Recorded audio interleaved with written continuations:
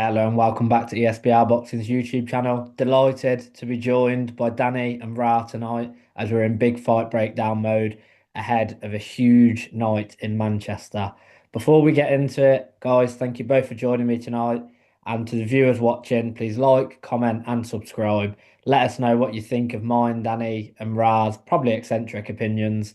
And probably something controversial that will be said. But please do let us know down below in the comments. And as I say, like and subscribe. Danny, Ra, it's the last time we're going to be seeing Derek Chisora in a British boxing ring, according to the man himself. Um, it's an interesting opponent. It's not one many possibly would have expected, but here we are. I've looked at the odds. Derek Chisora is 2-1. Some may find that a big price. And Otto Wallin is a heavy odds on 2-5 favourite. Danny, I'm going to start with yourself. I had a look at those odds. I was a bit surprised myself. I thought Chisora, I thought they'd be a little bit closer, especially after Chisora's last appearance in a ring. Do you think Derek Chisora is being overlooked here by the bookies? I was surprised, but I thought Chisora would be a bigger price. To be honest, like let's have it right. That was an incredible win for Derek Chisora against Joe Joyce. It wasn't a good version of Joe Joyce. It was two fighters who, without being disrespectful, are shot to bits. Chisora's been shot for a long, long time, and he was getting battered for large parts of that fight. Could have been stopped very justifiably on two or three occasions, and Otto Wallin, I mean, he's no world beater. He's never going to be a world champion, but he's a lot fresher than Derek Chisora, even off the back of the beating he took off the hands of AJ. I mean, Derek Chisora, I suppose, has always got some form of a chance with those big overhand rights he spams constantly throughout fights. But no, I would agree with the bookies. I have Otto Wallin a clear favourite in this fight, I have to say. Yeah, I think everything you've said there is fair. I think 2-1, Derek Chisora is always worth a little fiver. Maybe putting it in a bit of a wild shot. Aka, as you say, he will be coming out swinging with overhand rights. Doesn't throw many other punches, so it always makes it interesting. Ra, do you agree with Danny, or do you think that the prices should be a bit closer and the fight itself will be a bit closer than the bookies believe? I do. I'm afraid I've got to disagree with Danny on this. Um, I don't think Chisora's shot. Um, he's one of them fighters that has been in a long decline, but it seems like he's sort of, I guess, petered out into this much lower level version of himself, that version of his prime self, and sort of stayed around that level. I don't see him sort of dramatically declining fight by fight. I was there for the Joyce fight, ringside. I didn't see it how Danny saw it. I didn't think he was ever in any serious trouble, any more so than say in the Parker fights. Um, and yeah, he seems to still be able to pull out some some sort of performance up to a certain level. And I think that Valin's level has probably been overestimated here. Um, is it still off the back of that? He's the peak Valin that gave Fury so much trouble. Has that? I somewhat suspect that night flattered him. Since then, has he looked impressive? All right, he thoroughly outboxed Gassiev. We don't know how good Gassiev is at heavyweight. He's not done anything since, and yeah, I know it's been a while. It's what is it, 4 or 5 years now, but as it stands, I still think Chisora has run Usyk closest at heavyweight. Um, I'm sure we can all argue, well, was Usyk really out of second gear and all of that, but I do still think that as a pressure fighter, even a greatly slowed down Chisora can give Valine, who showed that if he's hurt sufficiently, he will bail out. I think he can give him a lot of problems. I don't think we will see what the bookies think. That is Valine comfortably outboxing Chisora. Yeah, I think that's fair. Derek Chisora is always going to split opinion. His fighting style, especially, and as he gets on. It is an interesting version of Chisora. He's always had an iron chin, and he's always been as game as anything. But he has, like I say, he has slowed down. So I think it is interesting. We've got two people here. You're both seeing it differently, which I think is what we've come to expect with Derek Chisora over the years. As I said, he's always going to split opinion. Um, I think we've sort of all three of us have hinted what we're expecting Chisora to do. We haven't said too much about Otto Berlin, so I'll stick with yourself, Ra. Um, what do you think the keys to victory are for both men? So, just short summaries, really, in a sense of how you think both men win the fight and what they need to do. I think it's obvious what we're all going to say for Derek Chisora, but obviously with Otto Berlin coming into this, obviously he got knocked out by Joshua and he got battered really, and then his comeback fight was on a Reed Ewarihime. Obviously I butchered that name, but I'd be surprised if anyone in the boxing world heard of him, apart from the man himself. So how do you think Chisora wins this fight, and how do you think Otto Berlin wins this fight? Yeah, don't get me wrong. I think Wallin can win and is probably rightfully a favourite. Just not. I just don't think such a big favourite. Do what he's good at. Box and move. Stay out of range of Chisora, who's now very plodding. Um, and that's it. I mean, I don't think you need any particularly great strategy. That the reason I think Chisora has a chance is because, as you said, those wild winging right hands, he still throws them. He hasn't become passive in the ring. Even if he's getting beaten up or thoroughly outboxed, you don't see him sort of going into a shell, feeling sorry for himself, just looking to sort of see it out. He will when he musters up energy for a 5 or 10 second spurt of an attack. He will still do that. So I think for Wallin, it's just stay switched on, stay out of range for when those periodic attacks come in. And for Chisora, I think it's a case of those periodic attacks that you can muster, make them count.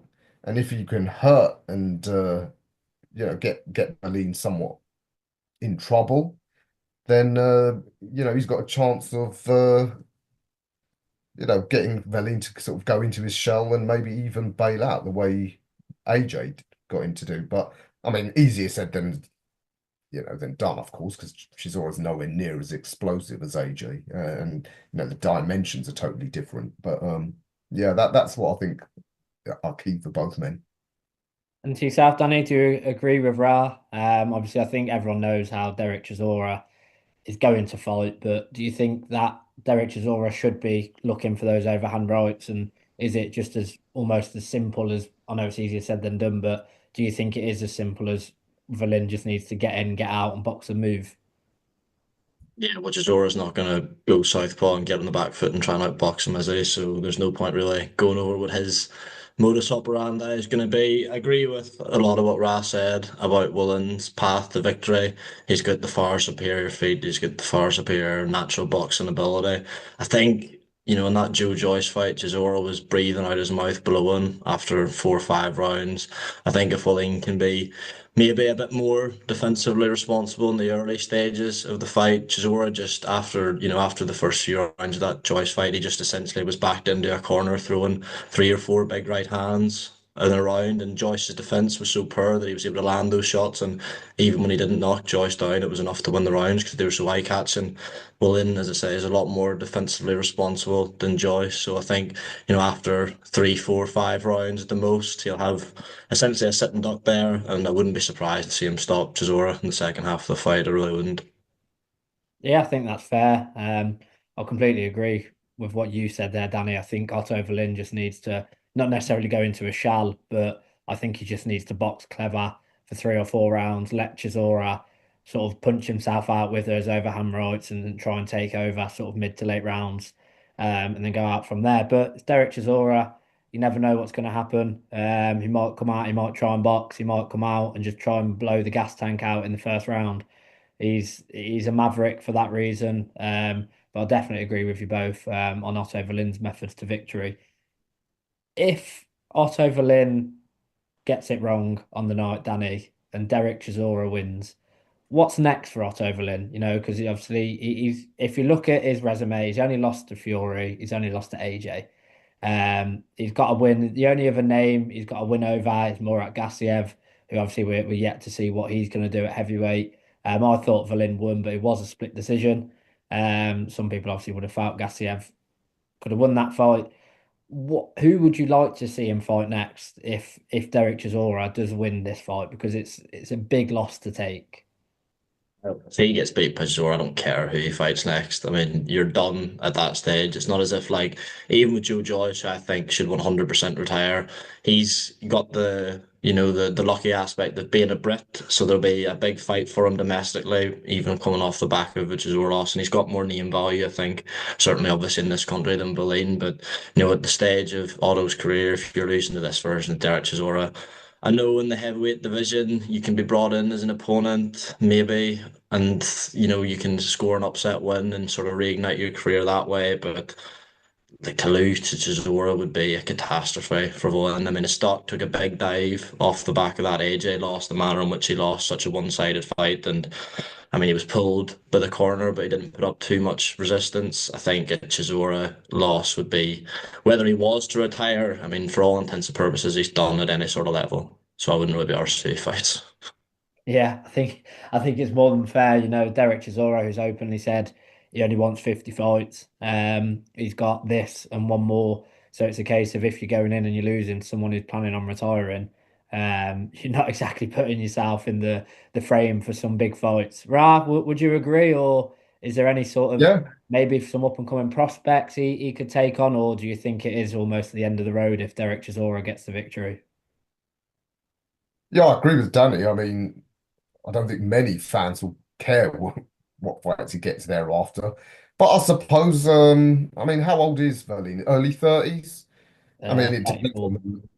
depends on the manner of the defeat if it does come. But unless he's knocked out cold, if he's stopped on his feet or loses a close points decision or whatever, he could hang around and be used as I guess, as a trial horse for upcoming prospects. Um, yeah, but yeah, his championship days. I mean, they're probably long gone anyway. Even if he does beat Chisora, unless they want to feed him to a new champion in the post-Usyk area.